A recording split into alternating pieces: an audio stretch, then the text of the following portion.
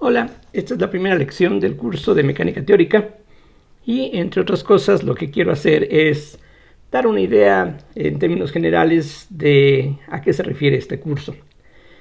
Básicamente, como el título del curso lo sugiere, se trata de hablar de la mecánica y básicamente estaremos hablando de la mecánica de Newton. Lo que vamos a hacer es mostrar cómo la mecánica de Newton, tal como Newton la estableció allá por los años de 1680, cómo se puede establecer, cómo se puede formular de otra manera, un tanto distinta a como originalmente Newton la propuso. Aquí algo importantísimo que hay que recalcar son, por una parte, el hecho de que desde el punto de vista físico no vamos a cambiar nada con respecto a la mecánica de Newton. Vamos a estudiarla, insisto, tal como Newton la propuso, solo que con un lenguaje distinto. Entonces, básicamente de lo que se trata aquí en el curso es ver cómo estas ideas que están presentes en la mecánica newtoniana se pueden enunciar de otra forma que tiene ciertas ventajas. Y aquí cuando digo ciertas ventajas, lo que quiero recalcar es que esto nos va a significar que cualquier problema de la mecánica clásica se va a poder resolver ahora mediante estas otras formulaciones, sino que desafortunadamente vamos a ver que los problemas que podíamos resolver analíticamente con el enfoque original newtoniano son esencialmente los mismos problemas que podemos resolver con estas otras formulaciones más nuevas, en cierto sentido, nuevas de los años 1780, 1820, es decir, no son precisamente muy recientes, pero bueno, más recientes por lo menos que la formulación original de Newton. Entonces decía, lo que vamos a hacer es formular la mecánica de Newton de otra manera, pero no con ello vamos a estar ampliando enormemente la clase de problemas que se pueden resolver de la mecánica de Newton. Entonces, ¿qué caso tiene? Ustedes podrían preguntarse el establecer, el estudiar un formalismo para tratar la mecánica de Newton si en el fondo no vamos a poder resolver muchos más problemas que los que ya podíamos resolver anteriormente. Bueno, una buena respuesta es que vamos a ver cómo los problemas, muchos problemas de la mecánica de Newton, se pueden formular más fácilmente mediante estos otros formalismos. Y eso ya por sí mismo pues sería una buena razón para estudiar el formalismo de Lagrange y el formalismo de Hamilton, que justamente es de lo que vamos a estar hablando en este curso. Y eso pues, como dije, ya por sí mismo podría ser una buena razón. Pero una razón muchísimo más importante es que este lenguaje de la formulación de Lagrange y la formulación de Hamilton se pueden aplicar no solamente a la mecánica de Newton, aunque en particular la formulación de Lagrange, que es de lo primero que vamos a hablar, nació del estudio de la mecánica de Newton. Resulta que este formalismo, este lenguaje, se puede aplicar en muchísimos otros contextos, no solamente de la física, sino de otras áreas del conocimiento, áreas pues en donde se tienen, por ejemplo, ecuaciones diferenciales un tanto similares a las que encontramos en la mecánica newtoniana. Entonces, hay por esto pues buenas razones para que la mecánica lagrangiana y la mecánica hamiltoniana, que desde el punto de vista físico son lo mismo que la mecánica de Newton, bueno, vale la pena estudiarlas porque pues uno puede aprender muchísimo, y en particular resulta que aunque la mecánica de Newton es fundamentalmente distinta a la mecánica cuántica que surgió a partir de los años de 1900, bueno, el formalismo hamiltoniano nos da una manera de tratar pues de una manera que parece similar una teoría física y otra, a pesar de que conceptualmente son cosas muy distintas. El formalismo matemático tiene mucho en común, así es de que pues hay muchísimas razones que ya iremos tratando a lo largo de las siguientes lecciones. Entonces, como dije, de lo que vamos a estar hablando fundamentalmente es de la mecánica de Newton. Y lo que, grosso modo, dice la mecánica de Newton es que, bueno, por una parte existen en el espacio cierta clase de sistemas de referencia. Entonces aquí dibujo unos ejes cartesianos, que es más o menos la imagen que uno frecuentemente pues tiene cuando uno piensa en un sistema de referencia. Y podríamos decir que grosso modo es eso. Por lo menos en el contexto de la mecánica de Newton, un sistema de referencia sería un sistema de ejes con respecto a los cuales podemos dar la posición de cualquier cuerpo. Entonces piensen ustedes en un asteroide que se anda moviendo en el espacio interplanetario o en el espacio interestelar, si ustedes gustan. Entonces podemos hablar de la posición o del movimiento de este objeto, siempre refiriéndolo a algún sistema de referencia. Lo necesitamos, es imprescindible. Pero en la mecánica de Newton hay cierta clase de sistemas de referencia que son importantes, son fundamentales, son útiles en toda la teoría, y son los llamados sistemas de referencia inerciales.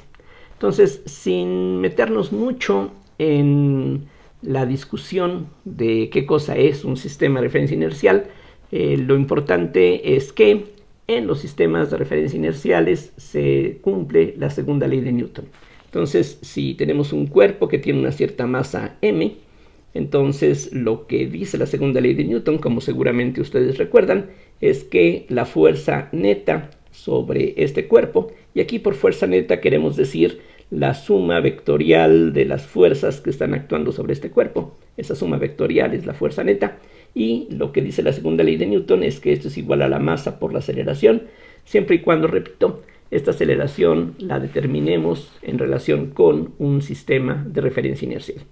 Aquí algo muy importante que también hay que recalcar es que esto no es una definición de la fuerza, esto es una afirmación que no tiene que ver con la definición de fuerza. Es decir, no es que la fuerza se defina como masa por aceleración, sino que la fuerza tiene otro origen. Por ejemplo, esta fuerza podría deberse a campos magnéticos, campos eléctricos, campos gravitacionales, resortes, cuerpos deformables, elásticos, en fin, la fuerza puede tener muchos orígenes muy diversos, pero lo que tiene que ocurrir es que cuando estas fuerzas actúan sobre un cuerpo de una cierta masa, van a producirle una aceleración que precisamente está dada por esta relación. Entonces, esta relación no es que se satisfaga por definición de fuerza, sino que es una afirmación con un contenido no trivial. Entonces, bueno, de ahí vamos a partir. No vamos a ponernos a discutir, como dije, en forma más profunda lo que estos conceptos significan, lo cual pues nos llevaría bastante lejos de lo que aquí superficialmente necesitamos, pero lo que sí quiero recalcar, insisto, es que en lo que sigue vamos a estar partiendo de esta relación. Este va a ser nuestro postulado fundamental. Muy bien, entonces podríamos decir que, grosso modo, esta segunda ley de Newton es lo que podemos llamar justamente la ley fundamental de la mecánica. A partir de esta expresión, uno en principio puede determinar cómo va a ser el movimiento de cualquier cuerpo. Desde el punto de vista matemático, la aceleración, recordemos, si estamos hablando de una partícula puntual, entonces podemos hablar del vector de posición, y este concepto lo vamos a estar utilizando muy frecuentemente en lo que sigue. La aceleración, decía, pues corresponde a la segunda derivada de la posición con respecto al tiempo.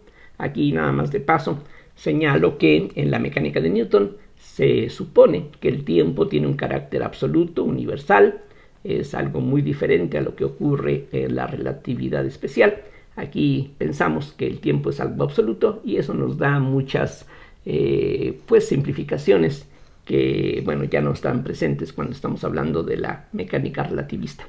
Muy bien, entonces desde el punto de vista matemático, y esto que está aquí son matemáticas, lo que tenemos es que las ecuaciones de movimiento, que son justamente lo que aquí vamos a obtener, son ecuaciones diferenciales que típicamente son ecuaciones ordinarias. Aquí precisamente la posición va a ser función del tiempo. Habría una variable independiente que es el tiempo, y del tiempo van a depender las componentes de este vector de posición.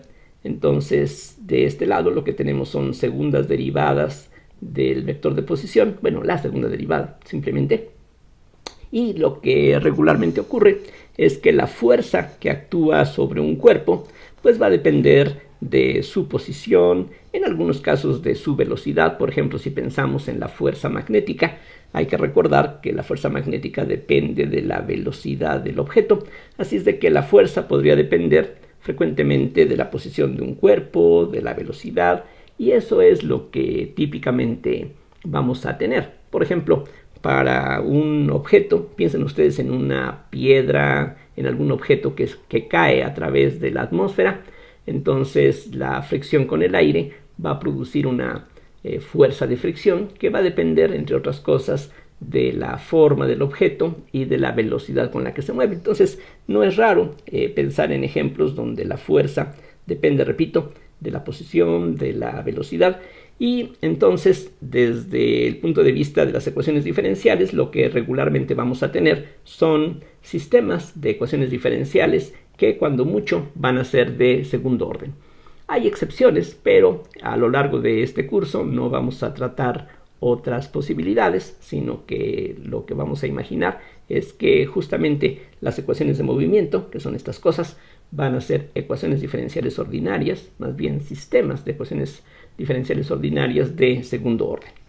Muy bien, entonces, como dije, esta es la ley fundamental, y si uno conociera las fuerzas que actúan sobre los cuerpos, en principio estas ecuaciones pues van a determinar cuál va a ser el movimiento de todos los objetos cuando especificamos ciertas condiciones iniciales. Entonces, desde ese punto de vista, se insiste mucho en que en la mecánica de Newton tenemos un modelo determinista, en el sentido de que conociendo las fuerzas y las condiciones iniciales, ya todo estaría determinado en forma precisa, perfecta.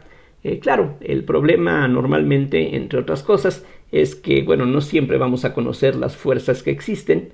Por ejemplo, mencionaba el caso de la fricción. Bueno, no siempre vamos a poder representar o modelar la fuerza de fricción de una manera adecuada, y aunque lo hiciéramos, no siempre vamos a ser capaces de resolver en forma exacta las ecuaciones de movimiento. Así es de que pues lo que tenemos que hacer muchas veces es conformarnos quizá con algunas aproximaciones que vamos a poder hacer. Bien, esto es lo básico, pero ahora la pregunta es, y a todo esto, ¿qué cambios le podemos hacer? Aunque en la época de Newton no exactamente se empleaba esta notación, conceptualmente esto es lo que ya se tenía desde entonces, pero en los años posteriores, particularmente casi 100 años después del trabajo de Newton, Lagrange y algunos otros contemporáneos de él vieron que hay formas que resultan convenientes para decir lo mismo que estas ecuaciones nos dicen, pero para obtener esas ecuaciones de una manera que, como veremos, resulta muchísimo más sencilla. Y para ilustrar precisamente qué simplificaciones podemos buscar, conviene comenzar con un ejemplo que creo que puede ser bastante ilustrativo para que se aprecie qué diferencia hay entre la formulación tal como Newton la planteaba y lo que, bueno, en la práctica vamos a poder tratar de una manera más conveniente. Entonces vamos a imaginar el siguiente sistema mecánico, que como veremos es algo bastante simple, pero en ocasiones puede resultar algo engorroso el tratar un sistema así. Entonces aquí piensen ustedes en una superficie horizontal, digamos el piso, una mesa, y vamos a imaginar que sobre este piso, sobre esta superficie, tenemos, por ejemplo, un bloque que tenga esta forma, un prisma, una cuña, De hecho, la forma en este problema, como vamos a ver, no es muy importante.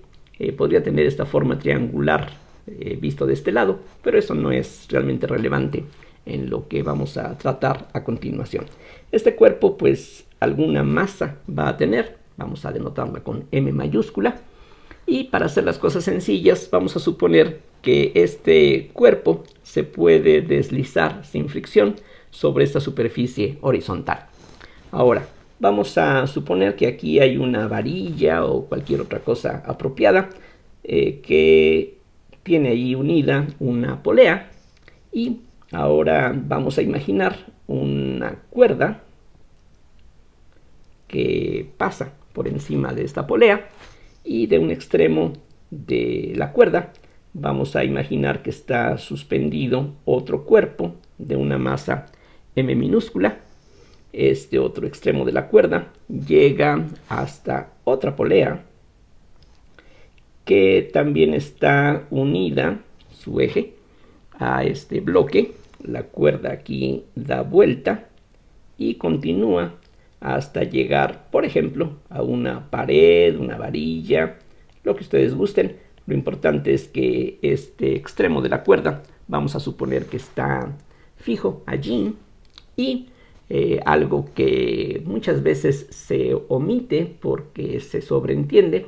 Aquí lo que vamos a suponer es que, por ejemplo, esta superficie horizontal, esta pared, están fijos con respecto a algún sistema de referencia inercial. Aquí repito, y lo voy a estar repitiendo frecuentemente, la segunda ley de Newton, que aparece aquí arriba, solamente es aplicable cuando estamos pensando en sistemas de referencia inerciales. La aceleración o la posición que aparecen aquí, tenemos que medirlas con respecto a algún sistema de referencia inercial. Entonces, bueno, esa es la situación.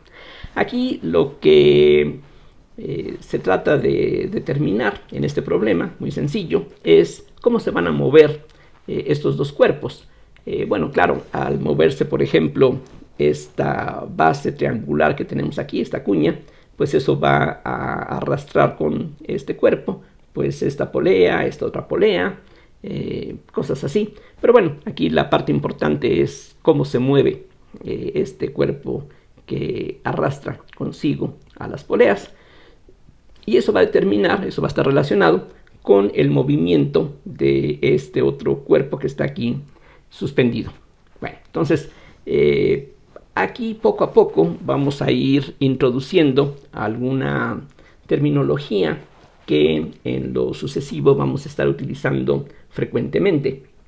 Esto que vemos en esta figura, por muy imperfecta que resulte, es lo que vamos a llamar una configuración del sistema mecánico. Entonces, aquí nosotros estamos especificando un sistema mecánico que ya dijimos consta de estos dos cuerpos, esta cuña que aparece aquí, este bloque que estamos pensando que tiene un perfil rectangular, aunque eso no es tan importante.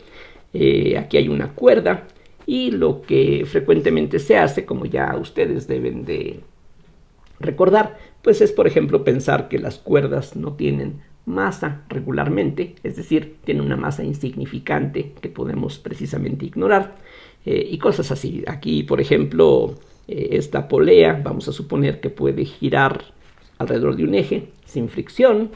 Como dije antes, no hay fricción aquí con la superficie horizontal, y también vamos a suponer que entre un cuerpo y otro aquí hay una cierta superficie de contacto, y también vamos a imaginar que no hay fricción. Es decir, de manera experimental lo que podríamos hacer es simplemente pues cubrir de grasa o aceite o algo así, algún lubricante que reduzca la fricción, y otra vez vamos a extrapolar, vamos a idealizar pensando en que la fricción fuera exactamente cero.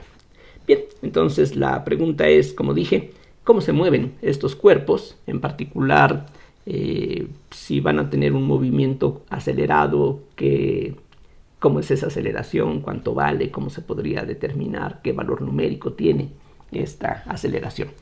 Bueno, entonces, ¿qué es lo que hay que hacer?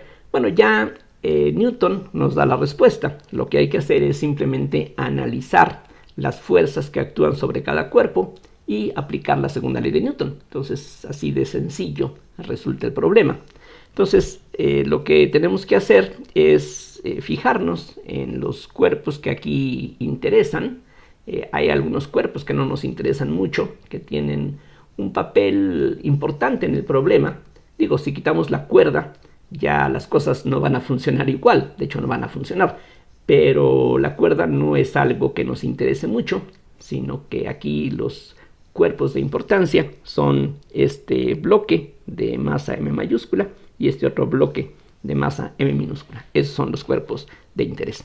Entonces voy a utilizar aquí diferentes colores para representar las fuerzas que actúan sobre cada cuerpo. Por ejemplo, voy a utilizar el color rojo para indicar gráficamente las fuerzas que actúan sobre, por ejemplo, el bloque de la izquierda. Entonces, de lo que sabemos de mecánica elemental, pues hay una cierta fuerza que voy a llamar N1. N, recuerden, por normal, y aquí se le llama así porque, pues, si no hay fricción, entonces lo que tiene que ocurrir es que esta fuerza normal va a ser justamente perpendicular a la superficie de contacto. Ese es el significado de normal en este caso. Tendríamos también, como ya sabemos, otra fuerza que sería el peso del objeto, que se puede calcular como m por g, donde g es la aceleración de la gravedad. Aquí no lo dije, pero podemos sobreentender que también tiene un papel importantísimo la presencia de un campo gravitacional.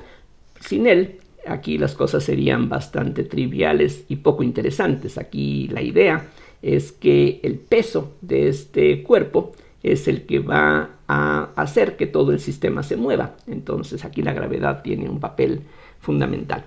Y vamos a suponer que tenemos un campo gravitacional constante, uniforme, que pues estaría precisamente apuntando en dirección perpendicular a esta superficie horizontal que dibujé anteriormente. ¿Qué más? Bueno, lo que hay que hacer es preguntarse qué más puede estar jalando o empujando a este cuerpo. Aquí las cosas son relativamente sencillas. Aquí vamos a suponer que, por ejemplo, la tensión de la cuerda no va a ser tan grande como para hacer que se levante este bloque. Imagínenselo. Aquí piensen que tenemos una cuerda. La cuerda lo que puede hacer es jalar. Entonces aquí estamos jalando en los dos extremos de la polea, jalando hacia abajo. La cuerda está jalando siempre. Y eso entonces hace que en este punto donde se encuentra el eje de la polea tengamos una fuerza hacia abajo. De hecho, esa fuerza, si se ponen a pensarlo un poquito, sería 2 veces la tensión de la cuerda. O sea, la cuerda tiene cierta tensión y de este lado esa tensión está jalando y de este lado también. Entonces esas dos están abrazando a la polea, jalan, y estas dos líneas aquí en el dibujo son verticales. Entonces van a sumarse esas dos fuerzas produciendo una fuerza 2T. Y si por ejemplo esta línea fuera muy grande, pues podría ocurrir que esa fuerza hiciera que se volcara este objeto. Aquí vamos a suponer que eso no va a pasar. Vamos a suponer que este cuerpo es bastante extenso o que esta línea es bastante corta para que nada de eso vaya a ocurrir. Vamos a suponer que todo el tiempo este objeto, esta cuña, se mantiene en contacto con la superficie horizontal, así es de que no hay que preocuparse de giros o algo así. Lo único que podemos esperar es que cuando soltemos este cuerpo, por su propio peso, eso jala la cuerda entonces baja, esta cuerda sube, esta cuerda se va volviendo más corta y eso entonces va a hacer que este bloque se deslice hacia la derecha. O sea, simplemente viendo el dibujo uno puede adivinar qué es lo que va a ocurrir si partimos del reposo. Entonces lo que podemos esperar, insisto, es que este cuerpo solamente se traslade horizontalmente. No queremos llegar a la situación de que gire o se vuelque o algo así. Muy bien, ¿qué más?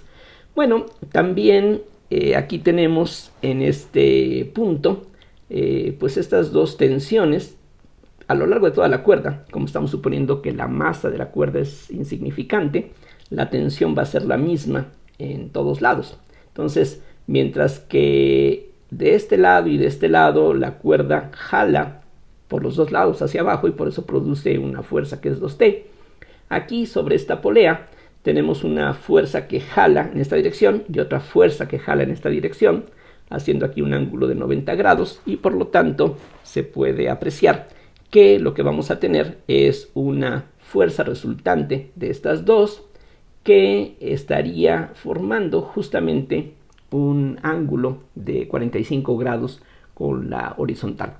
Y otra vez es cosa de imaginárselo. Simplemente piensen que esta polea está siendo parcialmente abrazada por la cuerda. Jalamos de un lado, jalamos del otro. Entonces eso produce una resultante que estaría, en este caso por simetría, directamente pues inclinada 45 grados. La magnitud de esta fuerza sería, como ustedes pueden ver por el teorema de Pitágoras, la raíz de 2 por t. Aquí simplemente imagínense que aquí tenemos una fuerza horizontal que es t, la tensión de la cuerda. También tenemos una fuerza vertical hacia arriba, que es la tensión de la cuerda. Entonces la suma de esas dos nos da esta resultante, que tendría por lo tanto esta magnitud. ¿Qué más? Bueno, como dije, cuando soltemos este cuerpo va a tratar de caer. Al caer va a hacer que se aproxime esta cuña hacia la pared. Entonces la cuña va a empujar al bloque. Entonces va a aparecer en este punto, en esta superficie, de hecho, una fuerza de contacto parecida a esta, que también podemos llamar fuerza normal. Aquí hay que tener cuidado porque vamos a tener una fuerza normal que voy a llamar N2, con la que el bloque que está suspendido va a estar frenando a la cuña. Es decir, sobre la cuña hay una fuerza procedente de este bloque.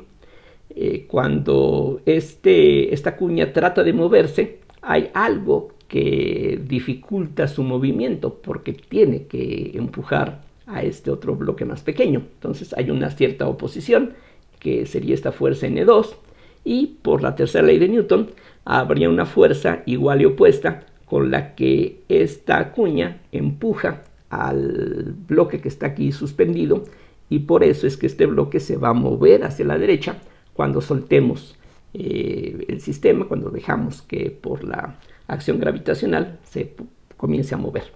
Entonces, si nos ponemos a repasar, pues tal parece que ya tenemos aquí todas las fuerzas que actúan sobre este bloque. Simplemente pensemos qué cosa está en contacto con este bloque. Tenemos esta superficie, tenemos la cuerda que aquí está abrazando esta polea, la misma cuerda que también abraza a esta otra polea, y ya se ve que son las únicas fuerzas si es que no hay fricción en todo esto. De manera similar podemos fijarnos, y esto va a ser más sencillo, en las fuerzas que actúan sobre el objeto que está aquí suspendido. Por una parte vamos a tener también su peso, que sería mg. Vamos a tener la tensión de la cuerda, que ya he venido llamando T. Y vean, si nos fijamos en qué más puede jalar o empujar a este bloque, lo único que me falta es la fuerza con la que la cuña empuja a este bloque, y esa fuerza sería precisamente N2 en magnitud. Simplemente la dirección sería opuesta. Estas dos fuerzas no se cancelan porque actúan, recuerden, sobre cuerpos distintos. Eso es lo que nos dice precisamente la tercera ley de Newton, y aquí estamos partiendo de la idea de que esta tercera ley se satisface. Aquí nada más como comentario hay que señalar que la segunda ley de Newton tiene un carácter fundamental, general, que aquí vamos a estar utilizando continuamente, mientras que la tercera ley de Newton tiene un carácter, digamos, no tan general como la segunda ley de Newton, y pues hay ejemplos en donde la tercera ley de Newton no se satisface. El ejemplo más conocido, más común, es el de la fuerza magnética. Allí si tenemos dos cargas en movimiento con respecto a un sistema de referencia inercial, la fuerza que ejerce una sobre la otra no es igual y opuesta a la que ejerce la otra sobre la primera. Así es de que, pues aquí simplemente, ya que apareció el tema, recalco que hay excepciones. Bueno, entonces, en este caso no hay excepción. Aquí, en esta fuerza de contacto, hay dos fuerzas iguales y de sentido contrario. De hecho, esta fuerza normal, N1, que es la fuerza con la que el piso está sosteniendo a este bloque, va a ser igual y opuesta a la fuerza con la que este bloque empuja al piso. Sí, pero estoy suponiendo que el piso es suficientemente rígido, firme, y no se va a mover. Así es de que esa fuerza no me interesa. El piso que tenemos aquí, la pared que está aquí, estoy suponiendo que son suficientemente resistentes como para que no se vayan a mover respecto al sistema de referencia inercial que aquí tiene que estar implícito aunque no lo estemos dibujando. Entonces aquí esta pared está inmóvil, este piso está inmóvil, insisto, la cuerda por ejemplo estaría jalando a la pared. Si esta pared fuera algo muy débil, pues se va a desplazar, se va a romper, algo pasaría, pero aquí estamos suponiendo que justamente eso no va a ocurrir. Bien, ¿qué es lo que hay que hacer ahora? Bueno, ya básicamente lo mencioné antes. Lo que necesitamos es calcular fuerzas netas. Entonces, aunque aquí los cuerpos de los que estamos hablando no son exactamente partículas puntuales. Por ejemplo, en el caso de este bloque que tenemos aquí, pues es importante, como dije antes, el hecho de que tiene cierta extensión. Esa extensión, ese tamaño que tiene, le da estabilidad. Sí, pero como no estamos suponiendo que este cuerpo vaya a girar o algo así, no es tan relevante en dónde están aplicadas estas fuerzas. Lo único que me interesa es cuál es la suma vectorial de ellas. Y en este caso, eso se puede realizar de una manera gráfica. Entonces, aquí regreso a la figura que teníamos y aquí afortunadamente todo se puede reducir a fuerzas verticales y horizontales de la siguiente manera. Vamos a tener que al peso, que es mg, se le va a sumar la tensión 2T, que es lo que aparece aquí arriba. Aquí recuerden, puedo aprovechar el que la suma vectorial es conmutativa, así es de que al sumar gráficamente los vectores puedo acomodarlos en la forma que me resulte conveniente, y aquí pues resulta conveniente hacerlo de esa manera. Entonces al peso mg le voy a sumar la tensión 2T que está aquí sobre la polea, de esa manera. Tendríamos también una fuerza N1 que va hacia arriba, y para que se pueda notar con facilidad, lo que voy a hacer es no sumarla en este momento porque quedaría encimada, sino que lo que prefiero hacer es sumar esta resultante, esta raíz de 2 por t. Pero esa raíz de 2 por t, como dije antes, se debe a que estamos sumando una tensión t hacia la derecha y una tensión t hacia arriba. Entonces, esto que está aquí con esta línea punteada sería precisamente esa resultante. Déjenme ponerla con un poquito más de claridad. O sea, esta sería la magnitud T, esta sería la magnitud T. De hecho, podría no haber dibujado aquí las cosas como lo hice. Simplemente decir aquí una tensión que jala, la cuerda siempre jala, si es de que va a jalar hacia la derecha, es esta. De hecho, aquí faltaría la dirección de esa fuerza. Y hay una fuerza con la que también la cuerda está jalando hacia arriba a esta polea, que es esta otra T que aparece aquí. Entonces la suma de estas dos pues nos da una resultante a 45 grados, pero aquí la estamos descomponiendo. Como dije, todo aquí se reduce a flechas, a vectores verticales u horizontales. Entonces ya tenemos considerado el peso, esta tensión aquí está, estas tensiones aquí ya están. Ahora sí, lo que puedo hacer es sumar la normal N1, entonces aquí continúa hacia arriba, y lo que tiene que ocurrir es que esta N1 tiene que tener el tamaño exacto, perfecto, para que la punta donde termina esta flecha esté a la misma altura de donde comenzamos aquí. ¿Por qué? Bueno, porque yo no espero que esta cuña se hunda o comience a elevarse con respecto a esta superficie. Entonces lo que yo espero es que la resultante sea una fuerza horizontal. Lo que yo espero es que cuando soltemos a este bloque, esta cuña se desplace hacia la derecha. Entonces eso va a ser cierto si hay una resultante que es exactamente horizontal. Vean que ya tomé en cuenta el peso, aquí está, este N1, aquí está, estas tensiones aquí están, estas otras tensiones aquí están. Más o menos vean que el dibujo está a escala, porque si esto es 2T, pues esta sería T, la mitad de esa longitud, lo cual no es muy importante porque no voy a, digamos, utilizar la figura de una manera muy esencial, pero pues no tiene nada de malo que hagamos el dibujo tan precisamente como podamos. Y la única fuerza que me falta es la fuerza N2, que es perfectamente horizontal. Otra vez, es una fuerza normal. Normal, otra vez, significa perpendicular a la superficie de contacto, gracias a que estamos aquí suponiendo que no hay fricción entre estas superficies. Entonces, es la única que me falta. Esa apunta hacia la izquierda, entonces aquí la tendríamos. Aquí está la N2. Y de acuerdo con la regla del polígono para sumar vectores, la resultante de todas estas fuerzas en color rojo sería un vector que va del origen del primero al extremo final del último. Entonces aquí la resultante la voy a dibujar, pues digamos que con color amarillo para que se note la diferencia. Entonces esto que está aquí en color amarillo sería la fuerza neta sobre el bloque que se encuentra aquí unido a las poleas. Entonces esta flechita en color amarillo, de acuerdo con la segunda ley de Newton, tiene que ser igual a la masa de este objeto por su aceleración. Entonces aquí pues vean que la figura es bastante simple, es esencialmente un rectángulo lo que tenemos. Bien, de una vez voy a fijarme en las fuerzas que actúan sobre el bloque que está aquí colgando.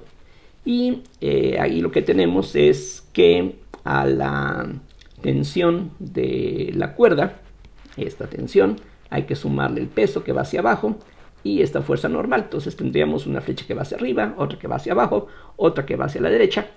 Pero aquí la diferencia con respecto al caso de este bloque de forma triangular, aquí lo que esperamos es que este solamente se traslade horizontalmente. Pero en cambio uno puede reflexionar un poquito y darse cuenta de que este bloque, el que está aquí suspendido, se va a mover en forma inclinada, digamos. Va a estar bajando, claro, sí, pero al mismo tiempo que baja, este otro bloque se está desplazando. Y eso va a hacer que desde afuera, desde este sistema de referencia inercial que estaríamos aquí considerando, o si ustedes quieren, desde esta pared, lo que veríamos es que este bloque, al mismo tiempo que baja, se desplaza hacia la derecha porque se va a mover junto con esta cuña. Y de hecho, lo que baja es lo mismo que se desplaza hacia la derecha. Y eso es fácil de visualizar, yo espero, aquí pensando en que esta cuerda que tenemos es algo que no es elástico, su longitud es constante.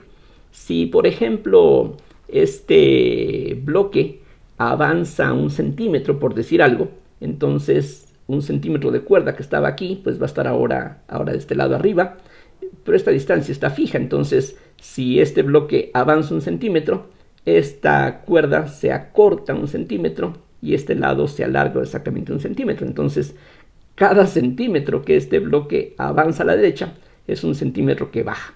Entonces, eso quiere decir que con respecto a la pared o con respecto al suelo, este cuerpo va a estarse moviendo en dirección a 45 grados con la horizontal o con la vertical, como ustedes gusten. Eso entonces quiere decir que si sumamos las fuerzas en color azul, lo que tiene que ocurrir es esto: al peso del objeto que está dirigido hacia abajo, le voy a sumar la fuerza N2, que es horizontal hacia la derecha, así. Y a eso hay que sumarle la tensión de la cuerda, Pero a diferencia de lo que ocurrió en el caso anterior, donde tenía que terminar a la misma altura que comencé, aquí no. Aquí lo que tiene que ocurrir es que debo de terminar en un punto que se encuentre en una dirección tal que esta línea, que sería el resultante, vean que sobre este bloque hay tres fuerzas nada más, T, N2 y Mg, T, N2 y Mg. Y el resultante sería, otra vez por la regla del polígono, una flecha, un vector, que va del origen de la primera hasta el extremo final de la última. Pero esa resultante tiene que estar a lo largo de la aceleración de este cuerpo, y esa aceleración, por lo que ya dije antes, tiene que estar formando un ángulo de 45 grados con la vertical. Entonces aquí dibujo, por ejemplo, en color verde, esa fuerza resultante. Entonces lo que vamos a tener es una cosa como esta. Aquí precisamente un ángulo de 45 grados. Entonces, vean que en principio lo que hay que hacer en un problema de esta naturaleza, pues es bastante simple. En este caso, las cosas son simples gracias a que las fuerzas que tenemos son fuerzas de contacto, son tensiones de cuerdas, que pues son muy fáciles de describir. Y pues lo único que sigue pues es hacer una identificación de cuáles son todas esas fuerzas y sumar para encontrar resultantes, y ya con eso podemos darnos una idea de qué es lo que va a ocurrir.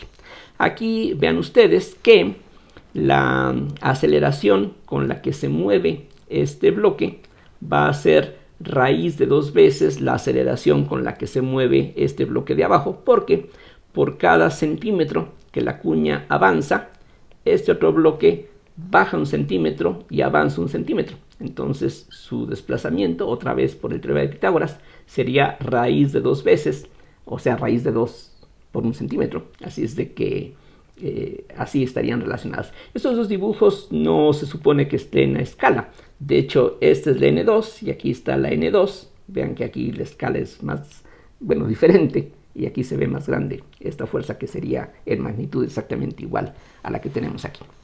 Entonces, ya lo que queda por hacer es bastante simple. Lo que usaríamos es, repito, la segunda ley de Newton. Entonces, lo que eso nos dice es que la masa de esta cuña, por su aceleración, voy a llamarle A a la aceleración con la que esta cuña se desplaza hacia la derecha si lo soltamos.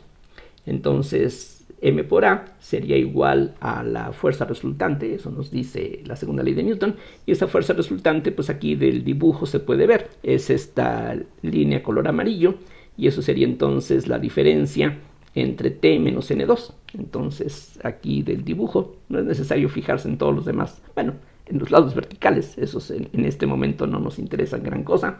Entonces lo único que tendríamos es que en cuanto a magnitud, esto es lo que sería válido. De manera similar, si aplicamos la segunda ley de Newton para este otro cuerpo, lo que vamos a tener es que la masa m minúscula por a va a ser igual a n2. ¿Eso cómo se obtiene? Bueno, simplemente pensemos ahora de la siguiente forma. En el caso anterior, todo el movimiento, la resultante, ocurría en dirección horizontal. Digamos que esto sería nada más la componente horizontal de la fuerza neta y de la aceleración. Toda la aceleración es horizontal. En cambio, para este cuerpo, que tiene un movimiento, como ya dije, en diagonal, lo que vamos a tener es que su aceleración, su fuerza resultante, van a tener componentes vertical y horizontal. Si me fijo nada más en la componente horizontal, entonces la fuerza neta, esta color verde, tiene una componente horizontal que es n2, y eso va a ser igual a la masa de este objeto por su aceleración. Sí, pero la aceleración horizontal va a ser la misma porque van a estar aquí en contacto todo el tiempo. Entonces eso es lo que tendríamos. Entonces, de manera similar, si ahora nos fijamos en la componente vertical, entonces aquí si trazamos una línea horizontal de esta manera, lo que se puede ver es que en la dirección vertical vamos a tener algo similar, que m por a.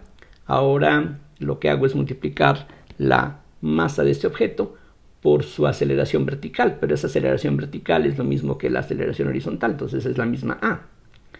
Y esa componente de esta flecha color verde, de aquí de la figura se ve que tiene que ser igual en magnitud a la diferencia entre la magnitud de mg y la magnitud de t. O sea, lo que vamos a tener es que esto es igual a mg menos t. Aquí ya en el dibujo estamos tomando en cuenta la dirección de estas fuerzas. Aquí solamente estoy hablando de magnitudes.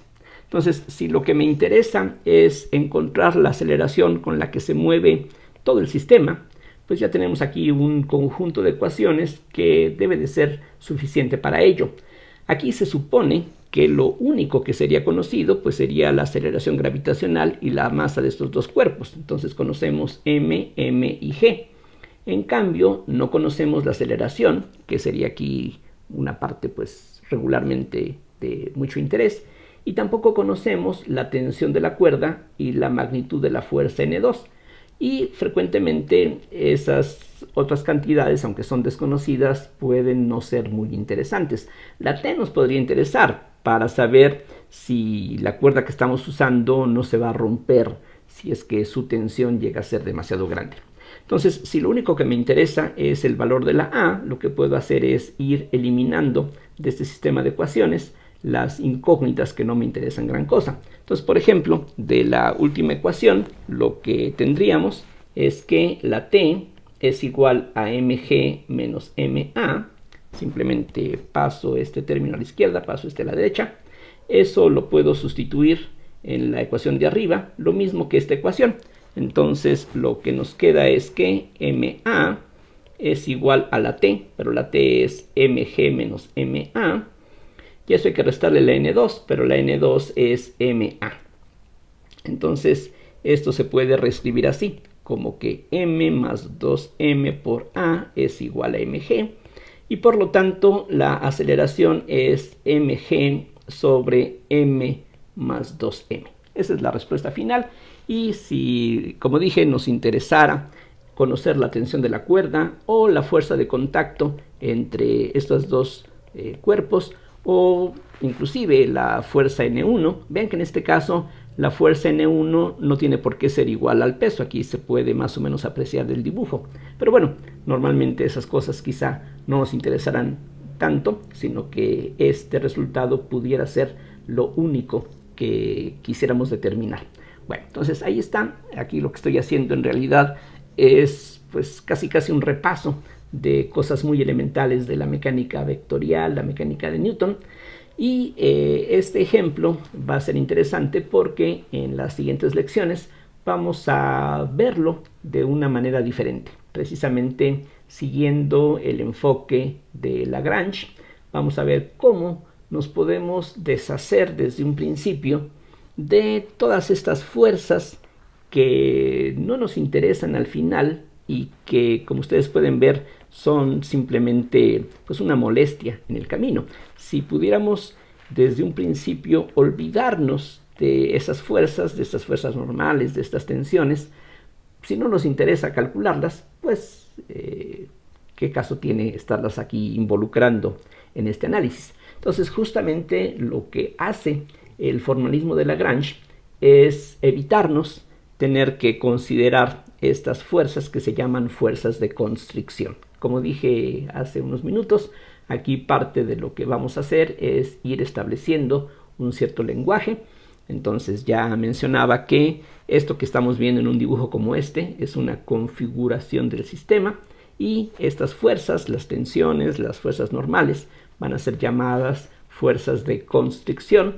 Constricción porque son las fuerzas que aparecen precisamente para que se satisfagan las condiciones geométricas que el problema tiene.